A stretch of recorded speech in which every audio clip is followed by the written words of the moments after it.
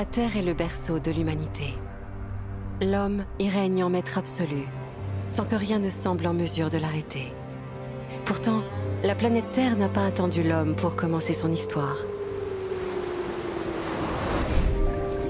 Depuis que la vie y est apparue, la Terre a hébergé d'innombrables espèces qui s'y sont succédées pendant plus ou moins longtemps.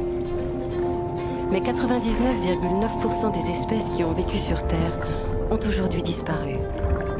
Certaines ont évolué progressivement en d'autres espèces. D'autres se sont éteintes brutalement.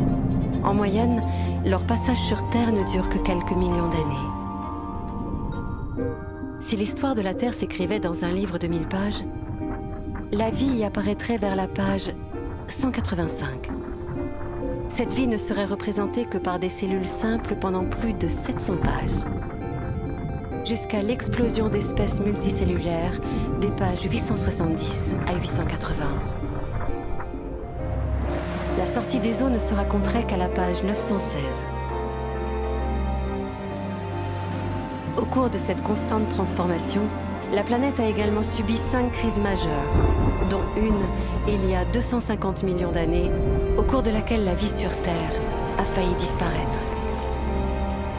Cette extinction de masse a entraîné la disparition de 70% des espèces terrestres et 96% des espèces marines.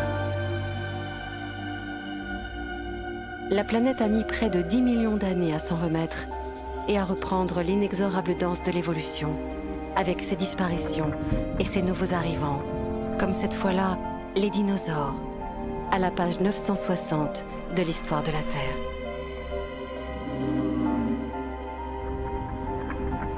À la fin du livre, l'histoire entière d'Homo sapiens, depuis son apparition jusqu'à aujourd'hui, ne ferait l'objet que d'une poignée de lignes tout en bas de la toute dernière page.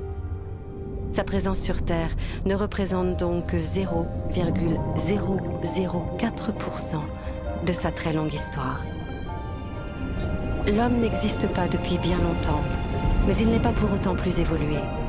Toutes les espèces sont au sommet de l'évolution, et toutes sont parfaitement adaptées à leur environnement naturel. Du bernacle, fermement ancré sur sa baleine, jusqu'au minuscule dik-dik, d'apparence si fragile, mais qui survit aux attaques répétées des aigles, pitons et lions, depuis des temps immémoriaux. Rien n'indique que l'espèce humaine devrait être éternelle, ni même qu'elle mettra plus longtemps que les autres à disparaître.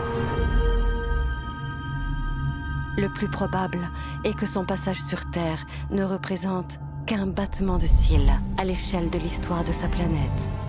Une durée dérisoire, presque insignifiante.